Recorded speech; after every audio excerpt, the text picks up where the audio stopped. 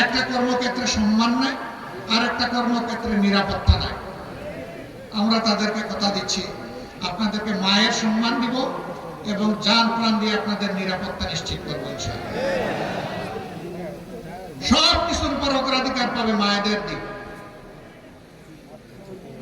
সেই বাংলাদেশটা আমরা করতে চাচ্ছি। আপনারা কি একটু আমাদের সাথে থাকবেন ইনশাআল্লাহ? যদি আপনারা থাকেন তাহলে ইনশাআল্লাহ আল্লাহর উপর ভরসা করে আমরা এগিয়ে যাব। উত্তরবঙ্গে একাধিক কৃষি বিশ্ববিদ্যালয় আমাদের প্রয়োজন, কারণ এটা কৃষির উর্বর ক্ষেত্র। সেরকম কোনো বিশ্ববিদ্যালয় নাই। হাজী দানেশ বিজ্ঞান ও প্রযুক্তি বিশ্ববিদ্যালয় এটা কৃষি বিশ্ববিদ্যালয় না। বেগম রোকেয়া বিশ্ববিদ্যালয় এটি একটি সাধারণ বিশ্ববিদ্যালয়।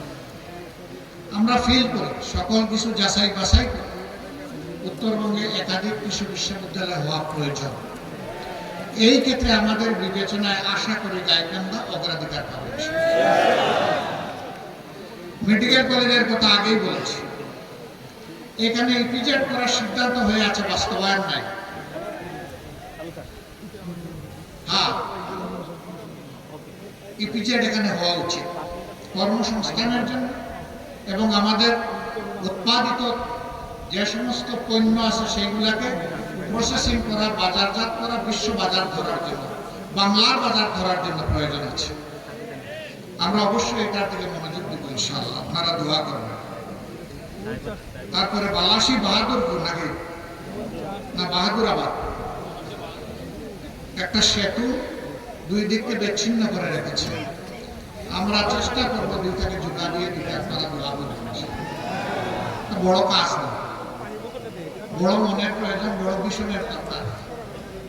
আমাদের চুরির টাকাগুলো যদি আমরা ফেরত পাই আর নতুন চুরদের হাত যদি আমরা অবশ করে দিতে পারি, বাংলাদেশের উন্নয়ন লাফিয়ে লাফিয়ে হবে ইনশাআল্লাহ, লাফিয়ে লাফিয়ে।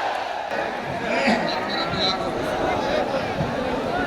তারপরে ফুলচুরি সারাটা নদী শাসন না, শুধু ফুলপুরি সারাটা না, সকল নদীগুলোকে শাসন করতে হবে। মানুষ বলে নদী শাসন করলে তো ওরা ভয় পাবে, নদীগুলো কান্নাকাটি করবে, দুঃখ পাবে না। নদীকে আপন করে তুলে নিব, আমাদের সন্তান বানাবো প্রত্যেকটা নদীকে ইনশাআল্লাহ। নদীগুলোকে সন্তানকে যেভাবে মানুষ লালন পালন করে, আমরা নদীগুলোকে তুলে নিয়ে সেইভাবে লালন পালন করবো ইনশাআল্লাহ। নদীমাতৃক বাংলাদেশ। আমরা এক সময় নদীর কূলে আমরা গিয়ে বসে যাব, মা এখন আমাদের নৌকাটা নিয়ে তুমি চলো, আমাদের জাহাজ নিয়ে চলো, আমাদের লঞ্চ নিয়ে চলো, তা বন্ধ হয়ে আছে।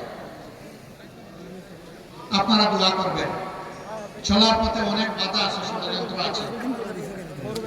সেই বাধা ষড়যন্ত্র আল্লাহ তাআলা যেন অতিক্রম করতে আমাদেরকে সাহায্য করে।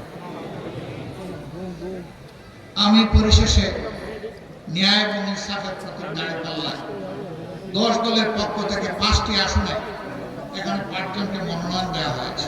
সবাইকে আপনারা ছিলেন। তারপরে আমার নৈতিক দায়িত্ব আপনাদের কাছে আমাদের ভাইদেরকে আমানত হিসেবে উপহার দিয়ে যাওয়া।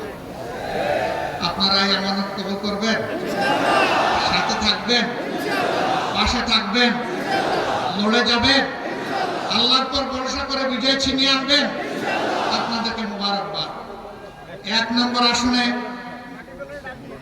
জনাব অধ্যাপক মাজেদুর রহমান, এই আসনে আগেও জামাতে ইসলামীর প্রতিনিধিদেরকে এলাকার মানুষ তারা নির্বাচিত করেছিলেন। আমরা সেই এলাকার মানুষকে ধন্যবাদ জানাই, কৃতজ্ঞতা জানাই।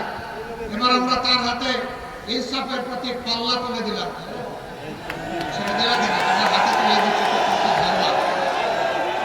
আপনারা ইনসাফের প্রতীকের সাথে থাকবেন ইনশাআল্লাহ। এসপায়ার বাংলাদেশ, আমাদের স্বপ্নের বাংলাদেশের সাথে থাকবেন। ধন্যবাদ। 2 নম্বর আসনে সদরের আসন, ইনিও সাবেক উপজেলা চেয়ারম্যান, আরেকজন সাবেক উপজেলা চেয়ারম্যান, যিনি গাইবান্ধা জেলার সম্মানিত আমি জনাব আব্দুল করিম, তার হাতে আমরা ইনসাফের প্রতীক তুলে দিলাম। এই মানুষগুলাকে দেখতে মায়া লাগে, আসলেই লাগে। হ্যাঁ, যারা দেশ এবং জাতির জন্য পেরেশান হয়ে কাজ করে, মানুষের অন্তরে আল্লাহ তাআলা তাদের প্রতি ভালোবাসা তৈরি করে। আমরা দোয়া করি এই গাইবান্ধা জেলার প্রত্যেকটি ঘরে ঘরে সেই ভালোবাসার মানুষ যেন আমাদেরকে দান করে। সবাইকে ধন্যবাদ। 3 নম্বর আসনে অধ্যক্ষ মৌলানা নজরুল ইসলাম সাহেব, ডান দিকে আসেন ভাই, বামে দেব না, ডানে আসেন, আমরা ডান করতে ভাই, ডানে আসেন। আমরা কোন পন্থী? আমরা কোন পন্থী? ডানপন্থীরাই আল্লাহর মায়ার মানুষ। আল্লাহ তাআলা 2টা পন্থা দান করেছেন, একটা ডান পন্থা, একটা বাম পন্থা। আমরা ইনশাআল্লাহ ডানপন্থী।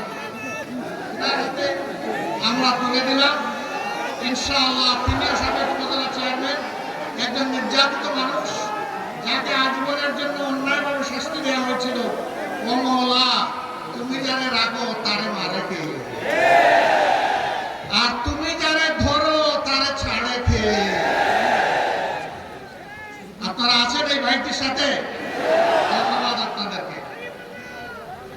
তারপরে গাইবান্ধা জেলার সার্বিক আরেক আমির, বিশিষ্ট চিকিৎসক, সমাজসেবক, যিনি গরিবের বন্ধু বলে পরিচিত, আমাদের ভাই জনাব ডাক্তার আব্দুর রহিম সরকার।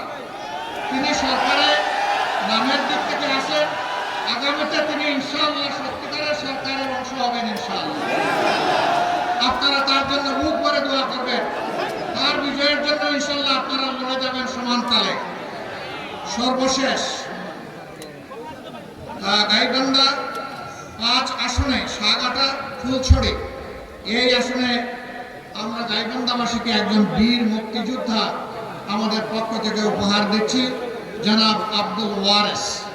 তার হাতেও আমরা ইনসাফের প্রতীক দাঁড়িপাল্লা তুলে দিলাম।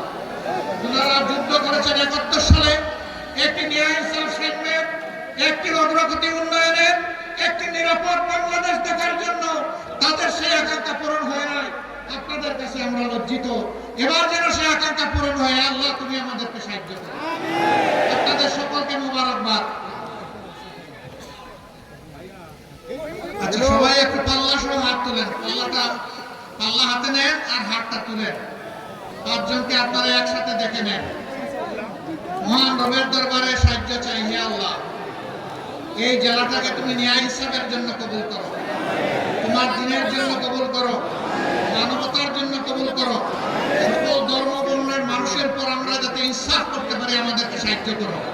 সকল ধর্ম বর্ণের মানুষকে নিয়ে সুন্দরভাবে একটা সুন্দর দেশ, অহিংস একটা বাংলাদেশ যাতে আমরা গঠন করতে পারি, একটা ঐক্যবদ্ধ বাংলাদেশ গঠন করতে পারি। আল্লাহ তাআলা তুমি আমাদেরকে সাহায্য করো। আপনাদেরকে ধন্যবাদ।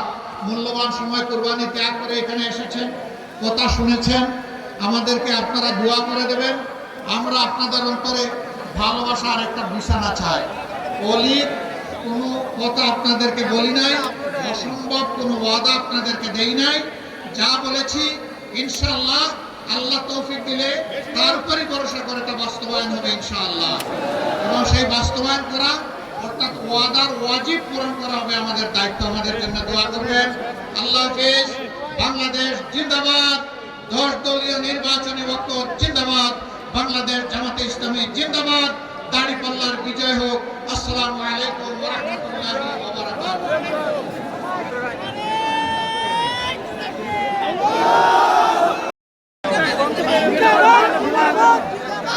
শান্তিত ভাই সব বের হতে সময় লাগবে, এই জন্য একটা গেট আমাদের জন্য তাড়াহুড়া করবেন না। আগে যারা আছে তাদেরকে আগে যাওয়ার সুযোগ করে দেন।